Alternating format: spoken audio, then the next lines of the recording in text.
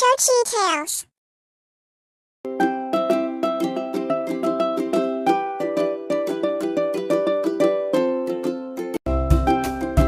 தெனாலிராமனும் திருடர்களும். விஜயநகர பேரரசில் அந்த வருஷம் மழையே பெய்யவில்லை. நாடு முழுவதும் வறட்சி. நதிகள், குளங்கள் எல்லாம் பற்றிவிட்டன. தெனாலிராமன் வீட்டுக் கிணற்றிலும் தண்ணீர் மிகவும் ஆழத்துக்கு போய்விட்டது.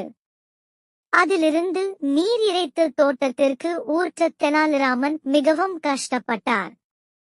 இந்த சமயத்தில்தான் ஒரு நாள் சில திருடர்கள் தெனாலிராமன் வீட்டுக்குள் நுழைந்து விட்டார்கள். திருடுவதற்கு சரியான நேரம் பார்த்து தோட்டத்தில் பதுங்கி இருந்தார்கள். தெனாலிராமன் அதை பார்த்து விட்டார். திருடர்கள் ஒளிந்து கொண்டிருப்பதை தன் மனைவியிடம் ரகசியமாகச் சொன்னார். தெனாலிராமன் அரண்மனையில் வேலை பார்ப்பவர். அவன் நினைத்தால் காவலர்களை கூப்பிட்டு அவர்களை கைது செய்யலாம். ஆனால் அவர் அப்படி செய்யவில்லை. அவருக்கு ஒரு திட்டம் இருந்தது. மனைவியிடம் சத்தமாக பேச ஆரம்பித்தார். நம்ம நாட்டுல பஞ்சம் அதிகமாயிடுச்சு. திருடங்க அதிகமாயிட்டாங்க. தன் கணவன் சத்தமாக பேசுவது ஏன் என்று மனைவிக்கு புரியவில்லை. ராமன் தொடர்ந்து பேசினார். நாம கொஞ்ச காலத்துக்கு வீட்டில இருக்கிற நகைகள், மற்ற விலை உயர்ந்த பொருட்களை எல்லாம் பத்திரமா எங்கேயாவது ஒளிச்சு வைக்கணும் என்றார். மனைவி ஒன்றும் புரியாமல் தலை ஆட்டினாள். எல்லாத்தையும் பத்திரமா பெட்டிக்குள்ள போட்டு கிணத்துக்குள்ள போட்டுடலாம். பஞ்சம் முடிஞ்சதும் திரும்ப எடுத்துக்கலாம் என்றார். மனைவியிடம் ஜாலியாக ஏதோ கூறினார். அவளுக்கு விஷயம் புரிந்தது. அவர்கள் இருவரும் தேவையில்லாத பொருட்கள் எல்லாவற்றையும் ஒரு பெட்டிக்குள் போட்டு தூக்க முடியாமல் தூக்கிக் கொண்டு போய் கிணற்றில் போட்டார்கள். அப்பாடா, நகையெல்லாம் பத்திரமா இருக்கும் என்று சத்தமாகச் சொன்னார் ராமன். பிறகு இருவரும் வீட்டுக்குள் வந்து படுத்துவிட்டார்கள்.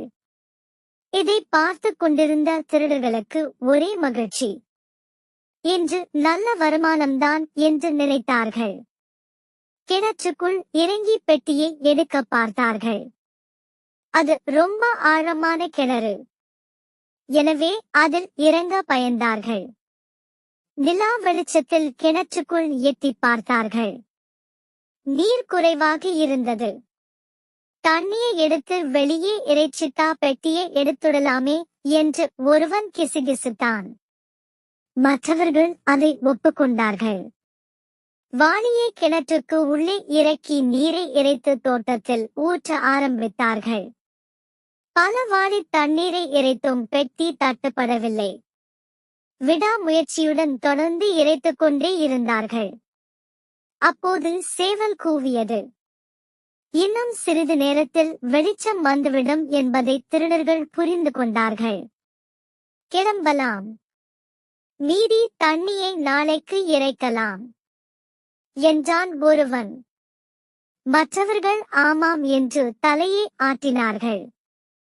அப்போது அவர்கள் பின்னால் ஏதோ சத்தம் கேட்டது. திரும்பி பார்த்தால் காவலர்கள். அவர்களுக்கு பக்கத்தில் தெனாலிராமன். நீங்க நாளைக்கு வந்து தண்ணி இறைக்க வேண்டாம். இன்னைக்கு இறைச்ச தண்ணியே இன்னும் ஒரு வாரத்துக்கு போதும். இப்ப இவங்க கூட போங்க என்றார். அவர்கள் போனதும் தோட்டம் முழுவதும் இறைக்கப்பட்டிருந்த தண்ணீரை பார்த்து ராமனும் அவர் மனைவியும் மகிழ்ச்சியாக சிரித்துக் கொண்டார்கள்.